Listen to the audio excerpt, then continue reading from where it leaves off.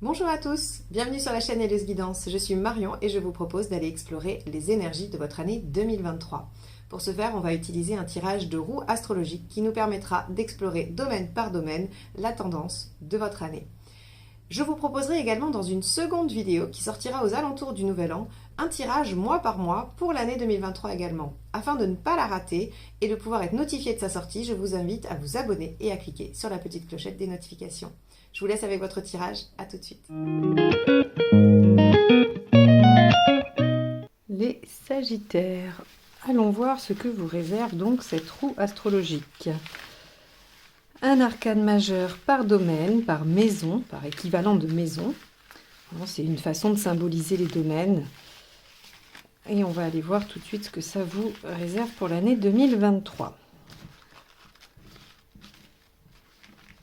Hop là. Elles sont bien brassées.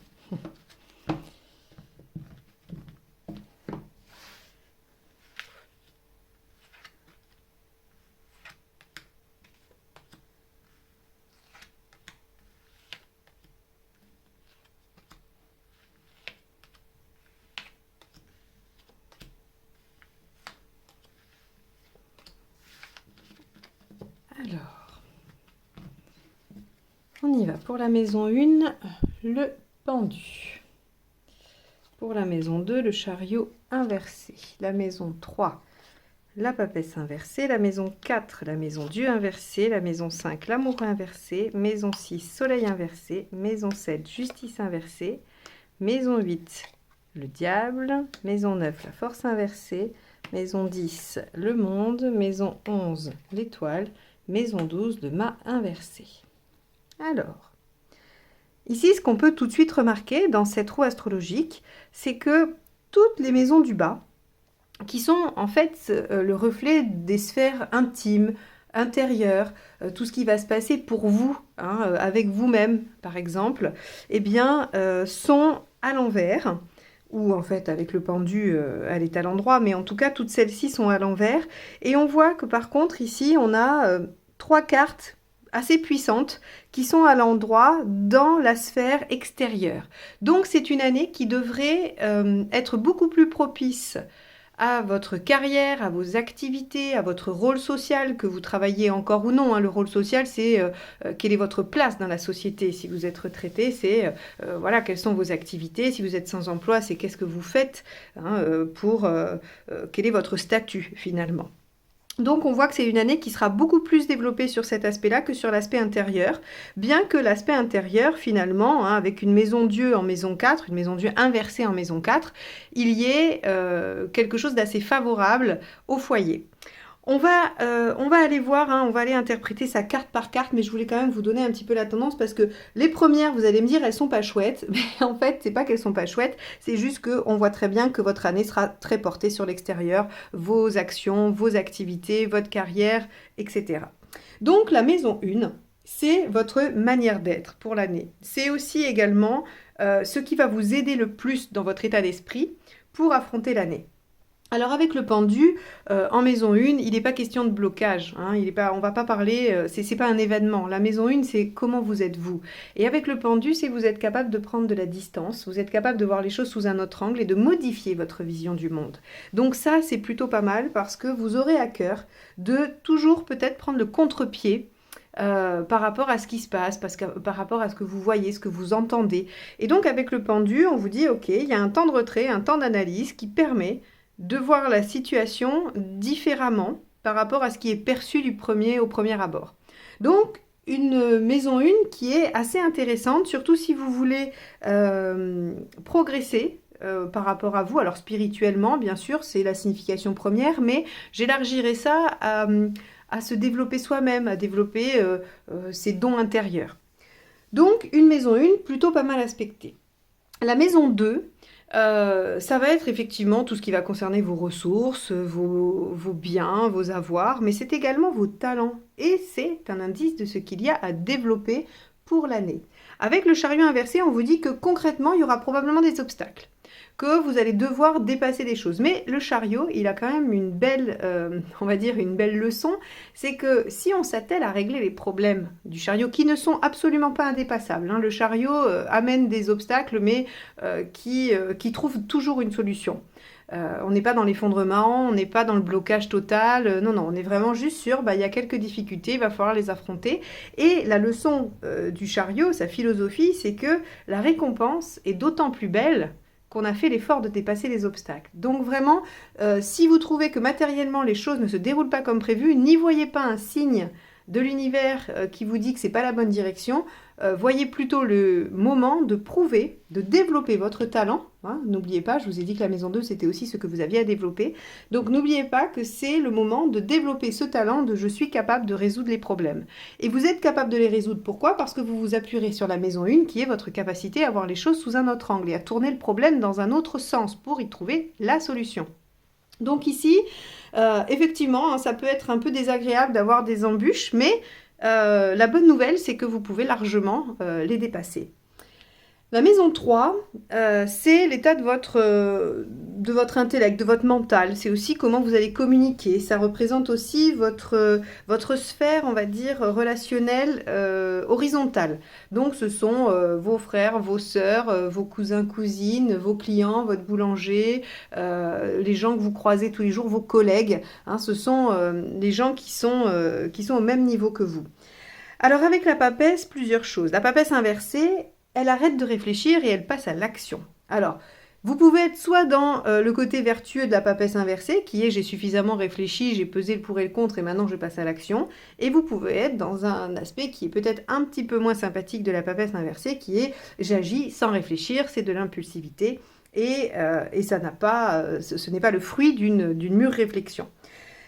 Mais, quoi qu'il en soit, vous passerez à l'action. Moi, j'ai envie de dire que si vous rêviez ou vous aviez envie de, je sais pas moi, de vous mettre en marche sur un projet, sur une activité ou quelque chose comme ça, vous allez pouvoir le faire. Par contre, c'est vrai que si vous voulez entreprendre des études, c'est peut-être un peu plus compliqué. Alors, encore une fois, ça ne veut pas dire que c'est impossible, ça ne veut pas dire que vous n'y arriverez pas. Ça veut juste dire que, pour le coup, votre mental, votre réflexion va être un peu agité. Vous allez peut-être avoir du mal à vous concentrer, vous allez peut-être avoir du mal à apprendre, ou ce genre de choses. Mais, encore une fois, rien d'impossible, hein, puisqu'il faut quand même regarder un thème dans son ensemble, et puis il faudra aussi aller voir votre ascendant qui vous permettra de nuancer tout ça. Hein. Si on a dans votre ascendant un très bel aspect en maison 3, ça viendra quand même nuancer cette papesse inversée qui dira que bon, ça sera peut-être pas l'étape la plus facile de toute votre vie, mais ça sera faisable. Donc, votre rapport aussi aux autres, hein, dans la maison 3, comme je vous ai dit, c'est vos égos, c'est les gens avec qui vous êtes au quotidien. Alors, vous serez peut-être un peu entreprenant, actif, peut-être un peu moins à l'écoute aussi, hein, parce que la papesse inversée, elle arrête d'écouter, elle arrête d'être passive. Alors, non pas parce que vous allez devenir égocentré et le plus gros ou la plus grande des égoïstes, tout simplement parce que vous aurez autre chose à faire peut-être, hein, et que vous l'avez par ailleurs fait souvent, ou voilà, et que c'est pas votre priorité cette année, voilà. Avec la maison 4, nous avons donc la maison Dieu inversée. La maison 4, c'est votre fort intérieur. C'est aussi votre vie quotidienne, domestique. C'est votre maison, votre foyer, là où vous vivez. Et c'est aussi tout ce qui se passe par rapport à votre famille nucléaire, comme on dit. Hein. Donc, c'est les enfants et le conjoint.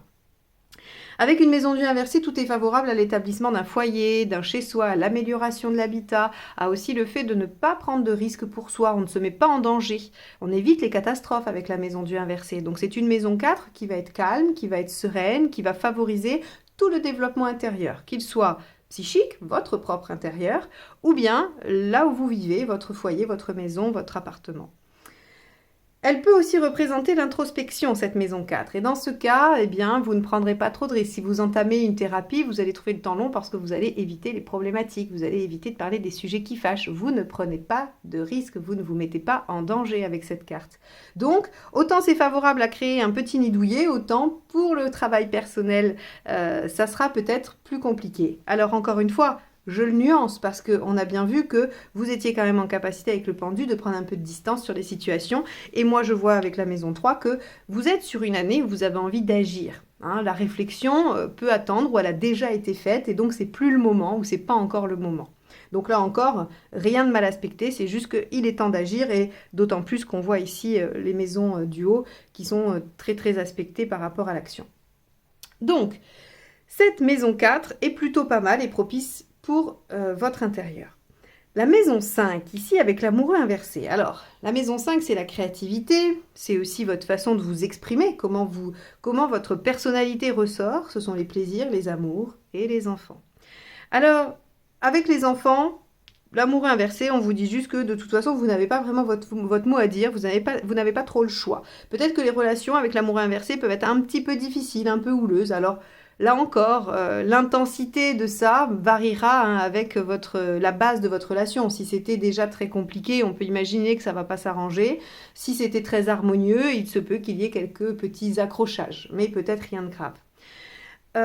Par rapport à vos plaisirs ou à on va dire, à votre façon de vous exprimer, à ce que vous allez créer, eh bien, avec l'amoureux inversé, on vous dit que vous êtes un peu indécis ou vous êtes un peu en difficulté pour exprimer ça. Parce que, encore une fois, je pense que ça ne sera pas vos préoccupations. Vous serez très préoccupé par votre rôle social et extérieur et finalement, peu par cette créativité. Alors, concernant les amours, avec une carte des amoureux inversés, je ne peux que vous dire que ça sera peut-être un petit peu fade, que vous n'aurez pas le choix, que vous ne... quand je dis vous n'aurez pas le choix, c'est vraiment ça, hein, c'est-à-dire que c'est pas qu'il y aura rien, c'est que s'il y a, c'est pas de votre initiative, c'est pas vous qui avez choisi. Voilà. Et puis de toute façon, on voit bien que la maison 7, avec la justice inversée, vous fait passer par des chemins détournés et on n'est pas dans quelque chose de classique. Hein. Donc je pense que vous n'aurez pas d'autre choix que de vous confronter à ce qui se présente dans la maison 5. Et c'est pas vraiment, ça vous enthousiasme pas vraiment. Dans la maison 6, ici, le développement de vos talents, hein, et puis votre façon de rendre service, comment vous vous améliorez. Avec le soleil inversé, encore une fois, c'est pas, il y a un petit manque de confiance en soi, hein, avec le soleil inversé, dans le quotidien, dans sa capacité à régler son quotidien, à l'organiser. On a un manque de visibilité, et là encore, hein, alors je fais dans l'ordre, mais la maison 10 et la maison 11, qui sont très bien aspectés et qui vont vous amener à un développement, font que de toute façon, vous n'aurez peut-être pas de visibilité sur le long terme parce que il y a des choses qui vont bouger, il y a des choses qui vont changer ici. Donc forcément, ça viendra un petit peu modifier la donne et peut-être que vous serez obligé de revoir votre organisation et de passer sur un temps un peu de transition, d'adaptation qui fait que vous n'avez pas de visibilité.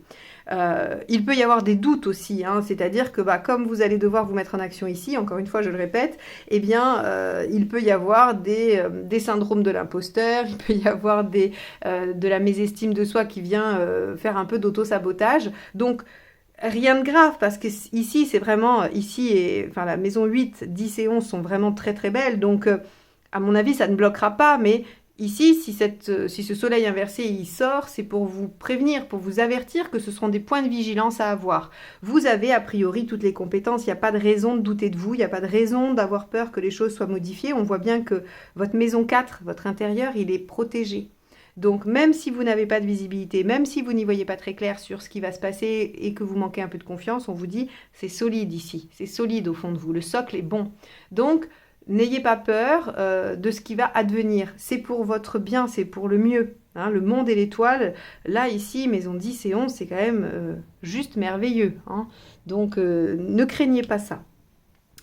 Alors donc, comme je le disais, la maison 7 avec la justice inversée, la maison 7, ça va être un petit peu tous vos rapports aux autres et votre façon d'être en relation aux autres, et notamment le conjoint ou l'associé.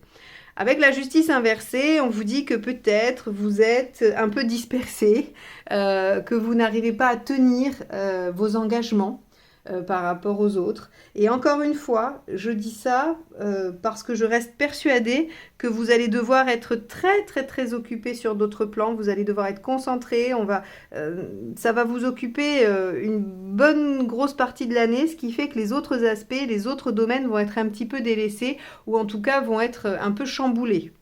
Donc, la justice inversée nous dit, voilà, vous faites comme vous pouvez, mais c'est pas très très clair, c'est pas très organisé. Alors, si vous voulez signer un contrat avec un associé ou un partenaire, lisez bien. Ne faites pas ça dans la précipitation, ne dites pas ok c'est bon je fais confiance, je lis pas, ça c'est hors de question. Avec une justice inversée dans les partenariats, on relit tout jusqu'au petit astérix écrit en si petit qu'il faut une loupe.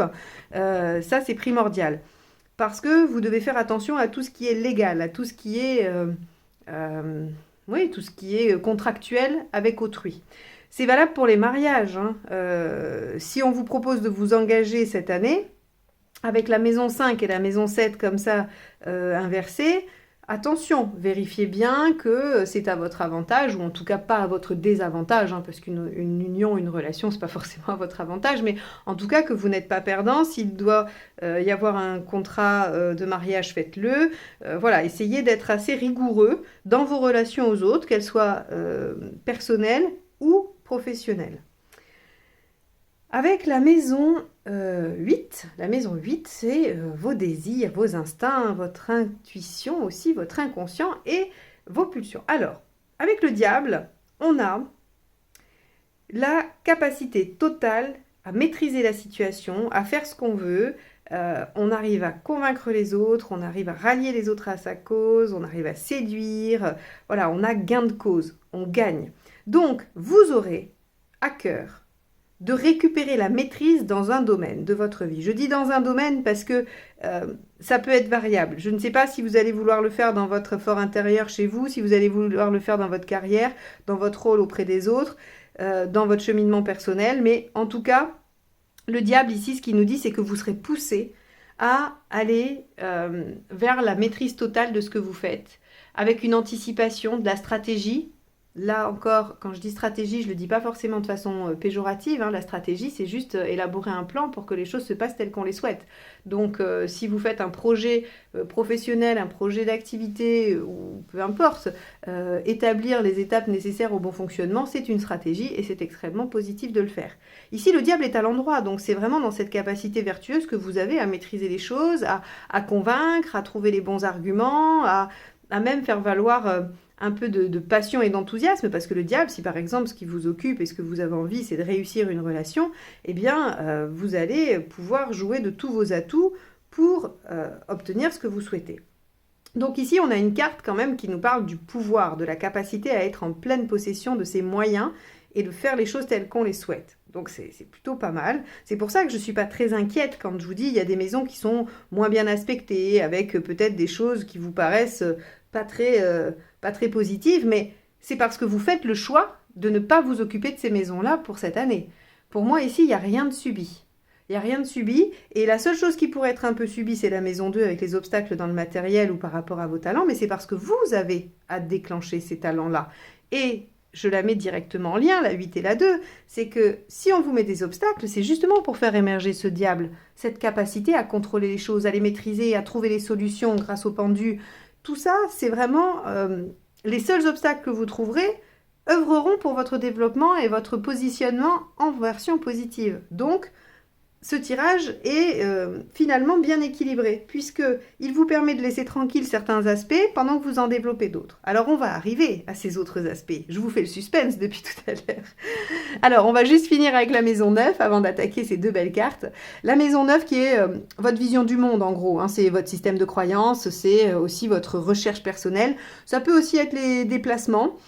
Les voyages. Alors avec la force inversée, on est un peu soumis à des choses qu'on ne maîtrise pas. Là, pour le coup, sur les voyages, j'aurais tendance à vous dire que vous serez peut-être embêté pour réaliser ce que vous souhaitez.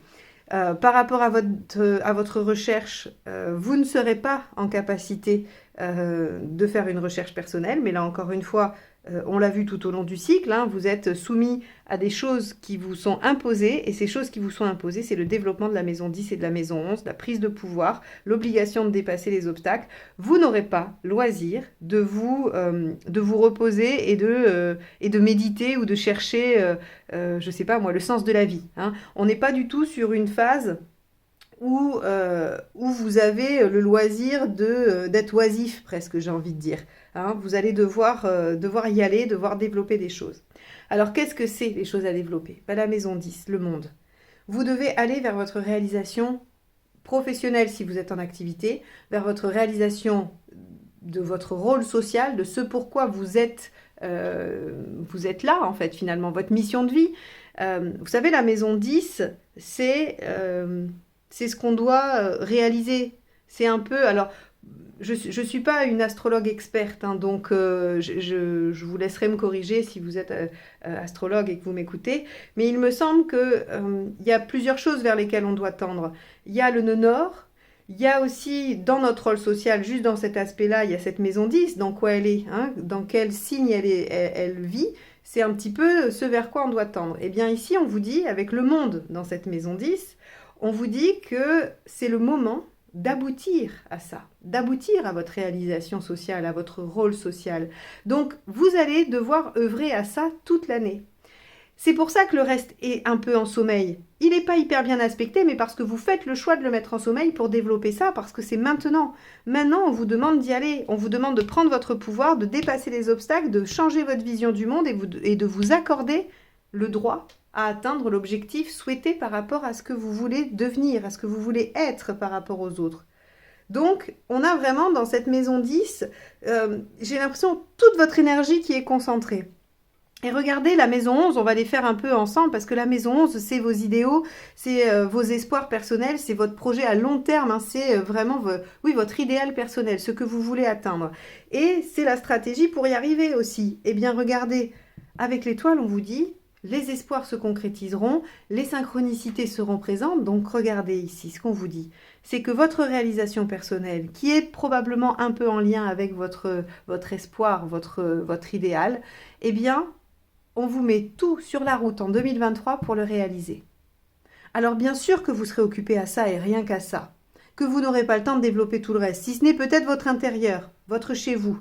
Mais on a ici une mission vraiment primordiale, c'est d'aller vers sa réalisation.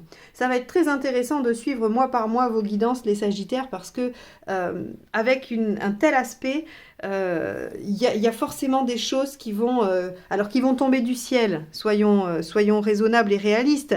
Pas forcément, puisqu'on vous dit qu'il y a des obstacles aussi. Mais que, au travers du fait de saisir des opportunités et de dépasser les entraves qui s'opposent à vous, il y aura cette belle concrétisation, cette belle réalisation et un aboutissement. Le monde, ça peut être l'aboutissement de toute votre vie. C'est enfin j'arrive au niveau que j'ai souhaité dans ma carrière, où j'arrive à réaliser ce que j'ai toujours voulu réaliser depuis que je suis à la retraite, ou parce que, je sais pas, j'ai réussi à me libérer des contraintes quelconques et j'arrive à être ce que j'ai toujours souhaité être.